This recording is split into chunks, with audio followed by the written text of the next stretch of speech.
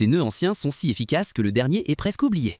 Nœud de récupération. Trouve 2 billes métalliques percées, attache-les à une corde et fais-les descendre dans une bouteille. Lorsque les billes se bloquent horizontalement à l'ouverture, il suffit de tirer pour remonter la bouteille. Nœud de serrage inventé par Zhuge Liang. Qu'il s'agisse de ficeler un tissu ou de tendre une tente, ce nœud devient de plus en plus solide à mesure qu'on tire dessus.